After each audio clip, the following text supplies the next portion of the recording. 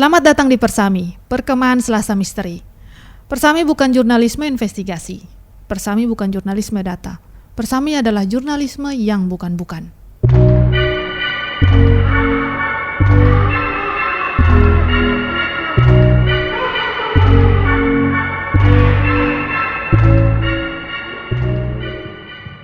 Prancis 15 Oktober 1917.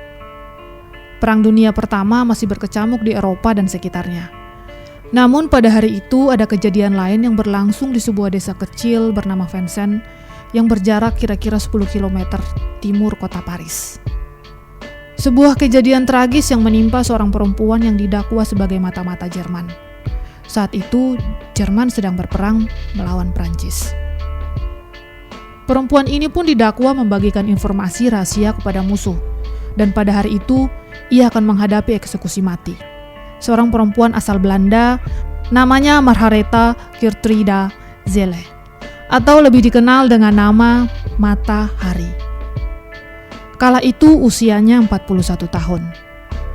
Matahari bertolak dari penjara Saint-Lazare Paris dengan sebuah kendaraan abu-abu milik militer Prancis bersama 2 orang biarawati dan seorang menteri. Penampilan Matahari saat itu terbilang cukup aneh. Ia mengenakan jubah panjang, topi lebar, dan sepasang sarung tangan putih yang terlihat masih baru. Cukup aneh untuk seorang yang akan ditembak mati. Anehnya lagi, terhukum mati biasanya mengenakan penutup mata pada saat eksekusi. Tetapi itu tidak berlaku untuk Matahari. Menurut saksi yang diwawancarai reporter Inggris Henry Wells, Matahari memang menolak memakai penutup mata. Ia seakan-akan tidak takut menghadapi kematian. Matahari bahkan sempat memberi ciuman jarak jauh kepada regu penembak. Beberapa detik kemudian, suara tembakan terdengar beberapa kali. Matahari roboh.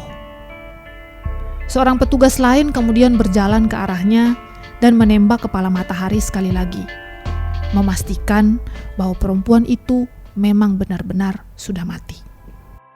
Kisah Matahari tercatat sebagai salah satu kisah spionase paling terkenal pada awal abad ke-20. Tapi siapa sebenarnya Matahari? Bagaimana rekam jejaknya yang konon pesonanya itu mampu menyita perhatian menteri-menteri di Eropa, pebisnis kaya, hingga para jenderal di Eropa. Lahir di Belanda pada 7 Agustus 1876 dengan nama Margaretha Gertruda Zelle. Ayahnya adalah Adam Zelle, seorang pengusaha minyak yang sukses, tapi kemudian bangkrut pada tahun 1889. Kebangkrutan itulah yang menjadi awal persoalan dalam keluarga Zelle. Kedua orang tuanya kemudian bercerai. Margaretha tumbuh dalam keluarga yang disfungsional dan dengan kondisi finansial yang berantakan.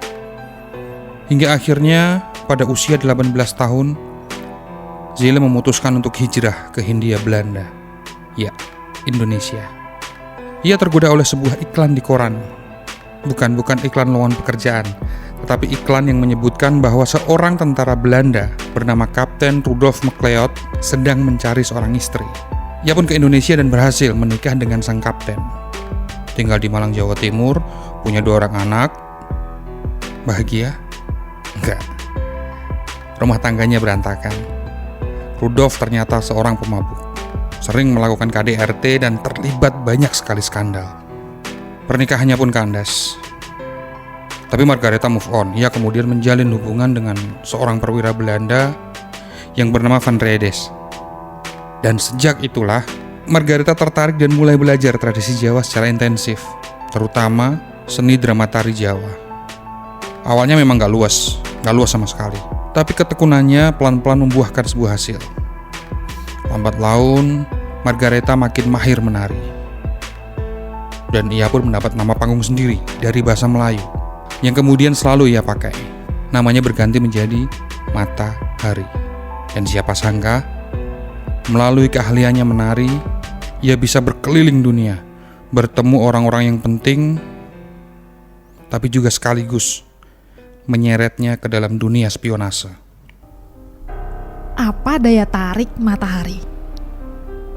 Kalau soal menari, banyak perempuan yang jago menari di luar sana.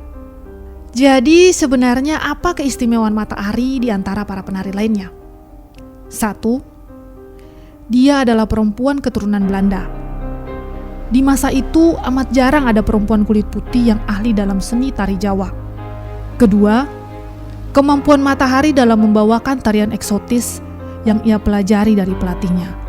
Inilah daya tarik terbesar Matahari.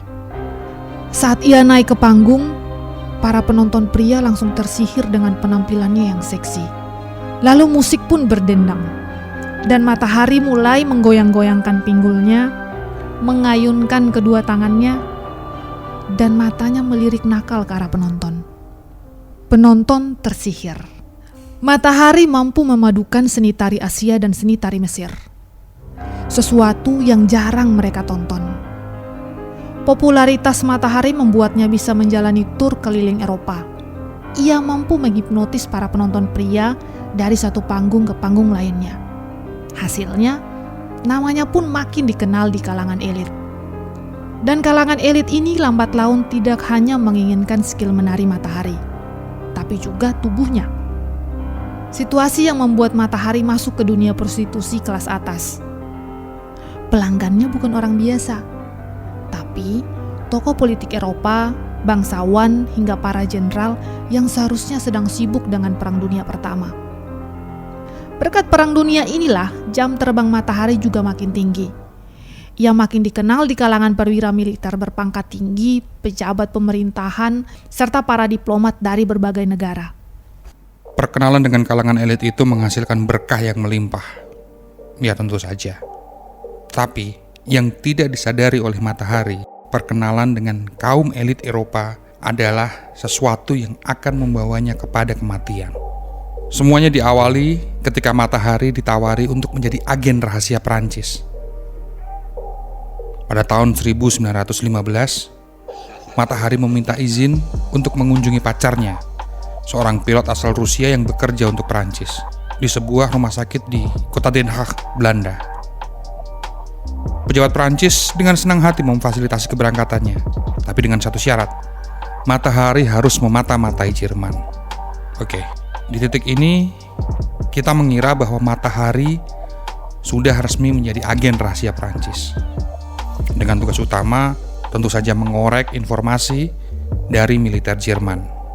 Dia menggunakan pesonanya sebagai penari yang sensual, sebagai penari erotis. Dari praktek spionase Matahari ini kemudian muncul istilah seks spionase, aktivitas spionase atau mata-mata dengan bersenjatakan daya tarik seksual dari sang mata-mata. Tapi sayangnya 2 tahun setelah itu, kondisi berbalik 180 derajat. Pihak berwenang Prancis tiba-tiba menangkap Matahari karena dianggap melakukan kegiatan spionase yang merugikan Prancis. Saat itu Matahari kemudian dijebloskan ke penjara Saint-Lazare di Paris. Tuntutan jaksa amatlah berat. Matahari dituduh mengungkapkan rincian senjata yang dimiliki oleh sekutu Prancis. Dan kebocoran rahasia itu berakibat pada kematian ribuan tentara sekutu. Tapi itu satu versi. Versi yang lainnya, dan yang membuat kasus ini menjadi misterius, datang dari pihak Jerman. Katanya, Jerman berhasil menjebak Matahari. Jerman membongkar identitas Matahari yang sebenarnya adalah mata-mata Prancis. Dan oleh karena itu, mereka sengaja membuat pesan palsu yang melabelinya sebagai mata-mata Jerman.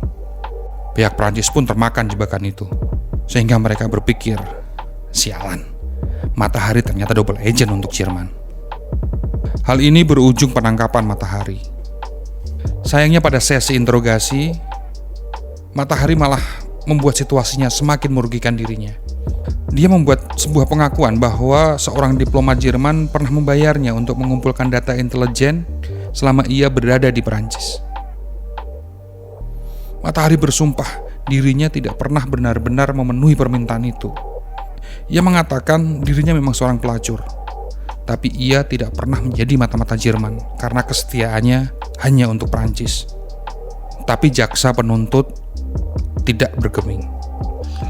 Pengadilan memutuskan bahwa Matahari adalah pengkhianat. dan dijatuhi hukuman mati. Tidak semua orang percaya bahwa matahari benar-benar bersalah. Ada teori bahwa matahari adalah korban dari rezim pemerintah baru Prancis. Ceritanya, rezim baru ini sedang menghadapi krisis multidimensi yang diakibatkan oleh perang. Tapi mereka tidak pernah mau mengakui bahwa krisis ini berasal dari kebijakan mereka sendiri. Solusinya cukup kejam. Cari kambing hitam. Seorang yang dianggap bersalah atas krisis tersebut. Dan seseorang itu adalah matahari. Kenapa? Pertama, profil matahari yang dekat dengan elit-elit Eropa memudahkan otoritas Prancis untuk menuduhnya sebagai mata-mata Jerman. Kedua, Prancis membutuhkan reputasi selebritas matahari yang merupakan seorang penari terkenal.